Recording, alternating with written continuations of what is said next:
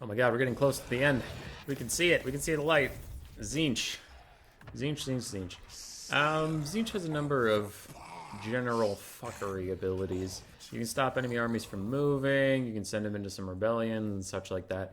Tzeentch, you're just playing with map hacks on and messing with the AI, telling them what to do. It's a pretty fun campaign. You have a lot of different shooting options, and most of your ranged units look really good. So it's a colorful laser light show when you're killing stuff. You don't have a lot of big monsters you can use for a monster mash if that's what you're into, but if you're into infantry, cavalry, or shooting factions, Tzeentch is pretty fun. He also doesn't care too much about empire building. It's going to be a lot of raiding. Most of the demonic factions just want to invade and burn stuff down. Multiplayer. Tzeentch has some cheap infantry left. A couple nerfs came in for some of the demon factions, but so far we still have the Marauders of Tzeentch being relatively cheap. Blue Horrors are a mixed hybrid melee and ranged unit, so they're still pretty strong. There are Chaos Warriors if you need some bulk, some armor. As for Missile Infantry, you just have Pink Horrors. Exalted Pinks are Pinks, I mean, it's all the same thing. They're generally an archer unit that can also kind of defend themselves, so again, a hybrid. Skipped over the Lords, I guess I should go back there. You have a good number of flying sniping Lords. Tzeentch is incredible at Lord sniping, but the only foot Lord that's really viable is Village. Solid duelist, kind of a mainstay of an army if you want to sustain a frontline push. But most people are going to go with a flying Lord snipe. Heroes are pretty bad. I almost never see the Heroes of Tzeentch on the Tzeentch roster. You might see the Heroes of Tzeentch on the Warriors of Chaos roster, but here, never. Because, like, literally all of your Lords are casters, right? Yeah. So why would you pay for another one? Because all your heroes are also casters. I don't know. It just seems like a waste of money. Tzeentch heroes suck. Tzeentch Lords are really good. Any Lord that is shaped like a bird is nearly impossible to kill in melee because their models are so kerfluckety that even though their mass isn't actually incredible, I've made a video about them just pathing straight through Chaos Spawn. It's very hard to lock down a Tzeentch Lord just because their models are so janky. So the bird models are pretty elusive. The cavalry's fine. The whole roster has a bunch of shields, so cavalry already wanting to cycle charge, taking less damage every so often if they're out of combat for a while is pretty synergistic. So Tzeentch cavalry can be quite strong. Tzeentch chariots tend to struggle a little bit. As for their missile cav, they got Marauder Horsemen like everybody else. They also have the Burning Chariot of Tzeentch, really good for air cheese builds. If you're fighting a faction that has low range and low air capabilities, you can just abuse them with double Burning Chariot builds, but be careful because you will run out of ammo rather quickly. And for monsters and beasts, they have Chaos Spawn, Screamers, and Furies. It's mostly Air Force stuff. Tzeentch... Ooh, I almost missed the missile monsters.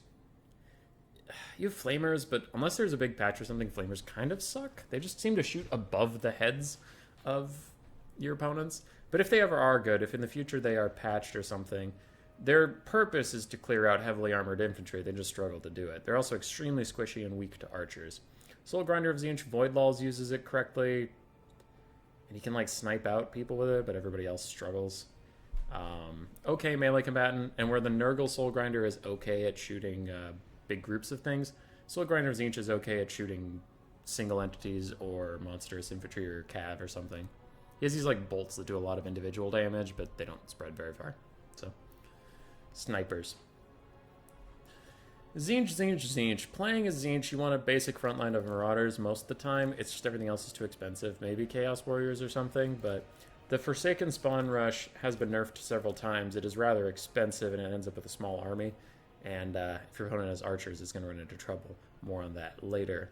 So a lot of armies are going to mix in Blue Horrors with Marauders for a front line, and then a back line of Pink Horrors as archers. Or, if you're just going for a raw rush, cut the Pink Horrors and get a couple Furies or Spawn to bust through the front line. Maybe some Doom Knights, the flying Doom Knights. Tzeentch has aerial superiority in spades. He has the most variety of air units, maybe outside of the High Elves. Screamers are armor-piercing, anti-large. Furies are good against other Furies or infantry-sized things. Doom Knights are flying up there. The only, like, cavalry besides Longbow that flies. So Tzeentch has aerial dominance. You usually don't have to worry about getting air cheesed at all.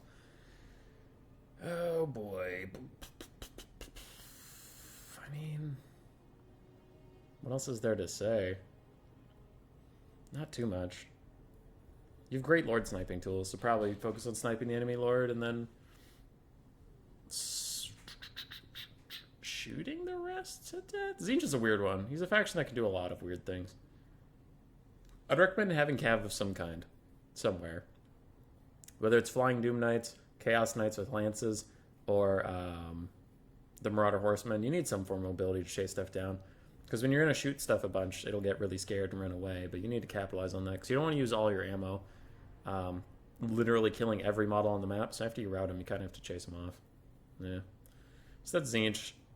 Get some mobility, get some aerial superiority, route things off and chase them, recharge your shields as much as possible. You don't really want to take single entity duels. You don't win that. You don't have a lot of good units that support it.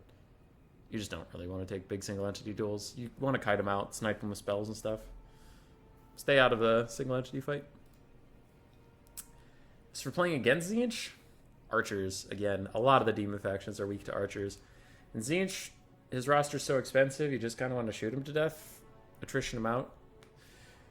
Nets are particularly effective against Tzeentch because he wants to cycle charge and run units around and get his shields back, so if you net him in place and force him to fight you, he will not enjoy that whatsoever.